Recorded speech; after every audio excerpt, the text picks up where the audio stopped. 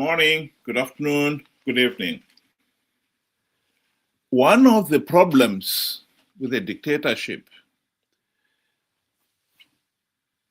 is that they are not accountable, the leaders are not accountable to the people. And one of the tragedies is that they listen to no one else except themselves. They are in an echo chamber. They still believe that they have the answers when they are, in fact, the problem. And so all they ever do is drag the nation deeper and deeper into the abyss. I'd like us to listen to a recent speech by acting President VP Chiwenga.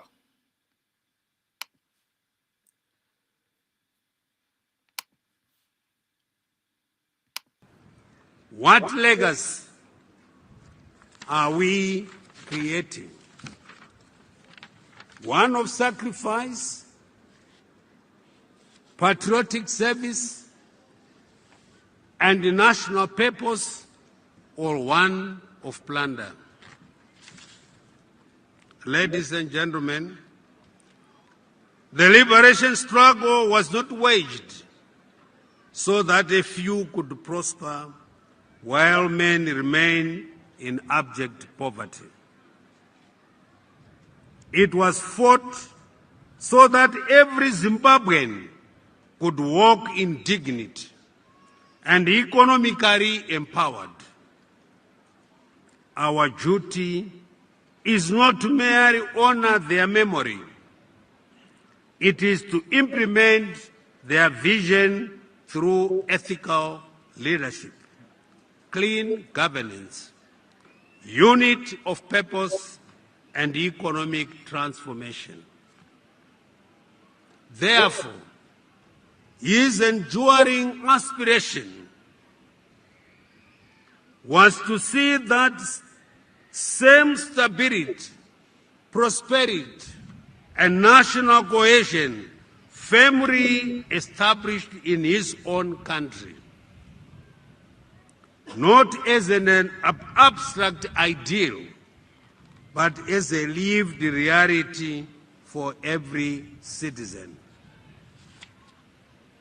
We need to take note of significant progress under National Development Strategy 1 and NDS 1 as we transition into National Development Strategy 2. Defeat corruption and uphold a whole of government approach, realizing our vision of becoming an upper middle income society by 2030 hinges on our collective commitment to ethical behavior and the rejection of selfish and enrichment practices. I think what most people find so desperately annoying is the way leaders like Chiwenga have no clue what is happening. It has been 45 years, now we're getting into the 46th year after independence. The country was an upper middle income nation in 1980 when we acquired our independence. It has seen the economy collapse in 45 years. And here he is. He still firmly believes that he is the solution. He can still revive the country's economy. It's one of the repeating themes when you've got a dictatorship. They never realize that they are the problem. They always think of somebody else causing the problem. And this is why we are stuck in this situation. Ben, welcome to the program. Good day to you, everybody. Thank you for joining us. Not long ago, we had one dictator say, he needs one more term because he's got small little projects to finish off. And in the back of your mind, you're saying, my God, you've been here for decades. What small little projects could you honestly have to finish off that you couldn't have done in all these years? And then here we have the vice president. He's already saying they're going into the second part of this whole 2030, movement or agenda of making Zimbabwe, an upper middle income economy. And then you're saying to yourself, but hold on a minute. We still haven't seen the first part and the progress thereof. What are we talking about? We are miles apart. You are seeing what we are not seeing.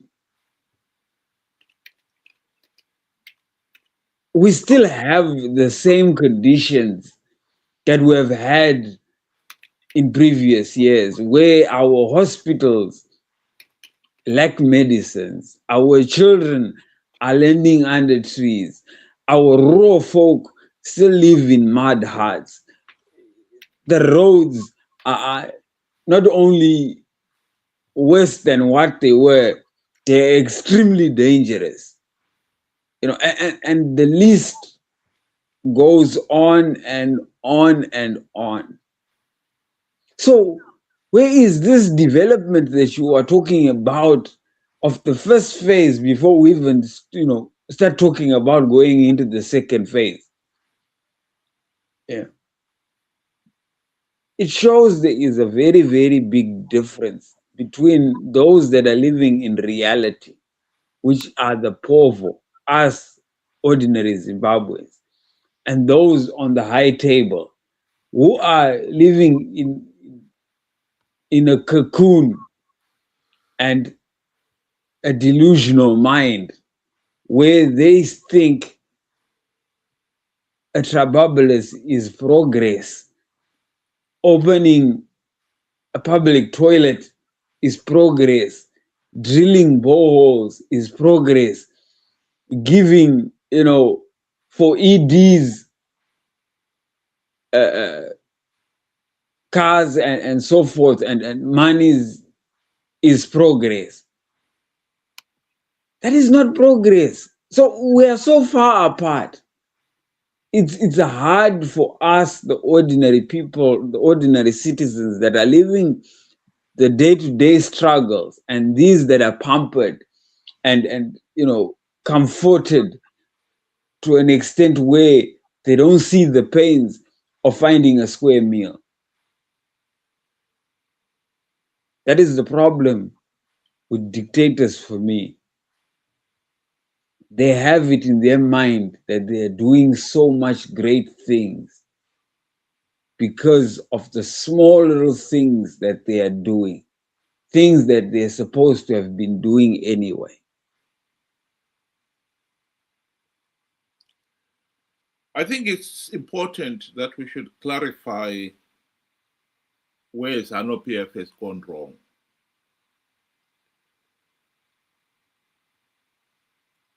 The most important problem we have in Zimbabwe, why we are a failed state, is because we've been stuck with a corrupt, incompetent, and tyrannical regime that ordinarily people would have removed from office if they had a meaningful say in the governance of the country. The Zimbabweans have never had a meaningful say in the governance of the country. That is where the problem is. ZANU-PF has always believed that they have the divine right to rule the country. And they would never brook any possibility that they could lose that power. So they never trusted the ordinary people to have a meaningful say in the governance of the country. Here is a stark reminder of who our friend here, Chiwenga, really is. In 2008, ZANU-PF was forced to implement some democratic reforms to ensure the elections were free, fair, and credible. In 2008, the people of Zimbabwe seized on the opportunity to remove the regime from office. The March 2008 election was the nearest the country has ever got to holding free, fair, and credible elections. But when ZANU-PF, notably Chiwenga and Mnangagwa, realized that the people had rejected ZANU-PF, they stepped in and took over the electoral process.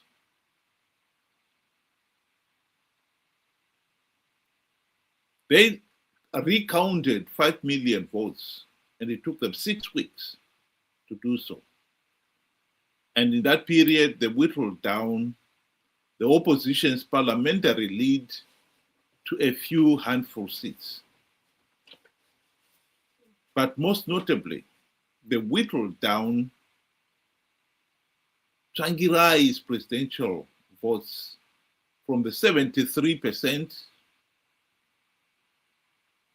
according to Mugabe's own admission, to 47%, enough to force the runoff. Here is an account of what happened in that year. I also know that Mugabe conceded defeat in 2008. He phoned Mbeki and Obasanjo to concede defeat. I hope that Thabo Mbeki and Obasanjo will one day make that public. But one of them, I won't say which one, told me that Mugabe phoned them that Saturday night and said, look, I lost the election and I concede defeat. And I know that Mugabe stuck to his guns. I was prepared to go. His wife was since bags packed to go somewhere on the following day when Mnangagwa and Chiwenga approached him and said, you stay where you are. And then they contrived the runoff, sadly with the help of South Africa. And runoff took place, very violent. 360 people were killed. The South African, I came here as part of a delegation to Cape Town to see members of the ANC. I don't want to mention names, they're my friends. I saw them, and through them, a cabinet committee subcommittee of South African cabinet was set up on the Zimbabwe issue. It was on the basis of that cabinet committee that South Africa did not recognize the runoff.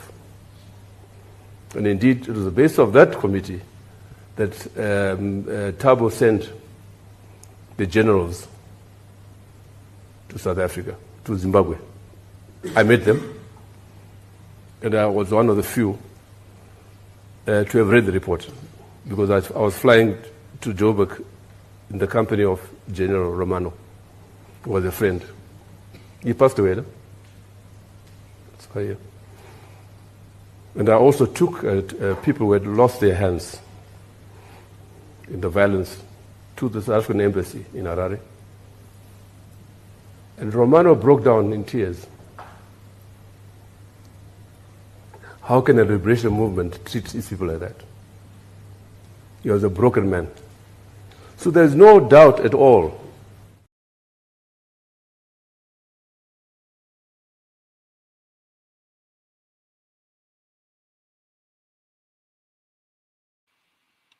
that is the reality of Zimbabwean politics. We have individuals like Chiwenga who are corrupt, incompetent, and they were prepared to kill people to stay in power. And even now, after 45 years and counting of blundering from pillar to post, they have the audacity to still believe they are the ones who have the solution to Zimbabwe's problems. I think people like him, Chiwenga, should be told in no uncertain terms that following the electoral coup of 2008, he, Mnangagwa, and all those who were involved should have been sent to prison for their treason. It is absurd that individuals like that should find themselves in positions of power and authority. That is the reality. And as for this 2030 vision, Mr. Chiwenga, you should just leave office and leave the Zimbabweans to sort out this mess. You created the mess. You are the problem. You have always been the problem this last 45 years. And your insistence that you are the solution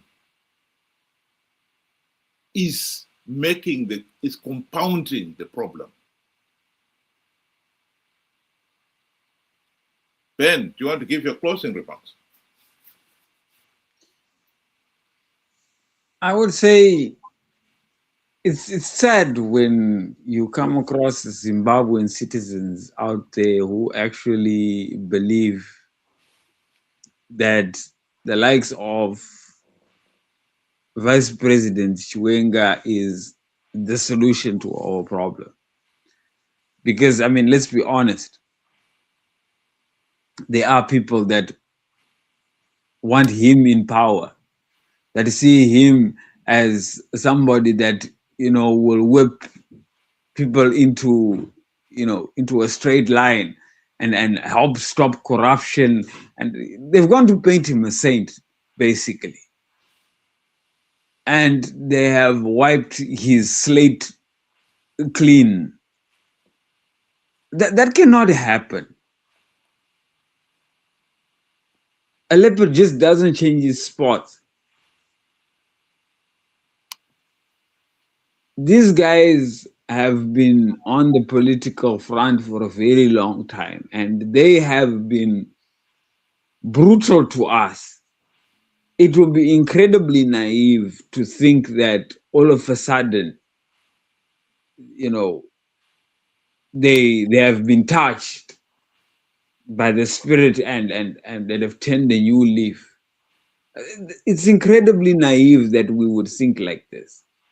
And what worries me is the number of people that were supporting what Comrade Geza was saying about him as the next best thing. And a lot of Zimbabweans, intellectuals for that matter, believed it, followed him, tried to join into it. If it wasn't for the common sense of very few people that said, no, we know this guy, we know his record, there it is. we would have been easily in trouble again. We would have simply done what we did with Mugabe. Removed Mugabe, put Mnangagwa, a worse off character. And here we were at the brink of doing the same thing.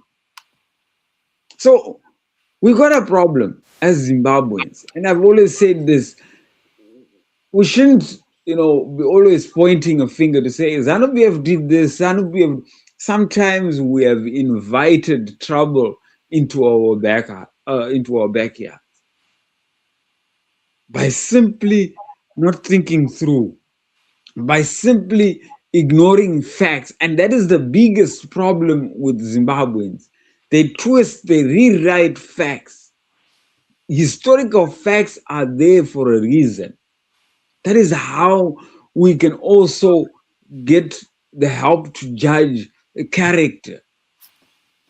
If we want change, you don't go and pick the riffraff. You have to do your background check, and background check is history. And those are facts. So sometimes when you look at it and you say, are we ready for change? The answer is no. And what legacy do we want to leave for our children? That's a question that we should be asking. What is it that we want our children to remember us by? Are we going to leave our children with ZANU-PF? Because that will be our legacy as well. You brought in ZANU-PF, you left ZANU-PF, you kept on electing ZANU-PF, and you knew what they were up to. So we are equally to blame at the end of the day. We have to change at some point. We may not be able to change everybody, but change starts with you, each and every one of us. Thank you. Thank you very much, Ben. I would like to reiterate the problem in Zimbabwe. We have failed to embrace the fundamental truth that good governance depends on allowing all the citizens to have a meaningful say in the governance of the country. To put it in another way, we are a failed state because for the last 45 years, we have been stuck with a corrupt, incompetent, and murderous regime that we have failed to remove from office because they rigged elections. The right to free, fair, and credible elections is more than a right. It's the very essence of good governance. And God knows, after 45 years of corrupt and tyrannical government, the people of Zimbabwe can finally do with good governance. Chiwenga is vice president. Mnangagwa is the president. ZANU-PF is the ruling party. But let's be very clear. They were not elected by the people of Zimbabwe. They rigged the 2023 elections. SADC, the AU election observers, and all election observers of any note condemned those elections as flawed. I think the people of Zimbabwe can honestly say to ZANU-PF, to Mnangagwa and his regime, go. After 45 years of tyrannical rule, for God's sake, go and let's be done with you. Chiwenga is not offering anything. And those who continue to pretend that, yes, we can replace Mnangagwa with Chiwenga are just idiots. There's nothing else to be said about it, but that is the truth. After 45 years of rigged elections, we can't keep repeating the same mistake over and over again. 2028, the people of Zimbabwe should commit themselves to saying, while we cannot stop ZANU-PF rigging the elections, we can stop them having legitimacy. And that we can do by making sure that people do not participate in the flawed elections in their millions, as they've done in the past. We are the masters of our own destiny. It's just that we've not stopped to think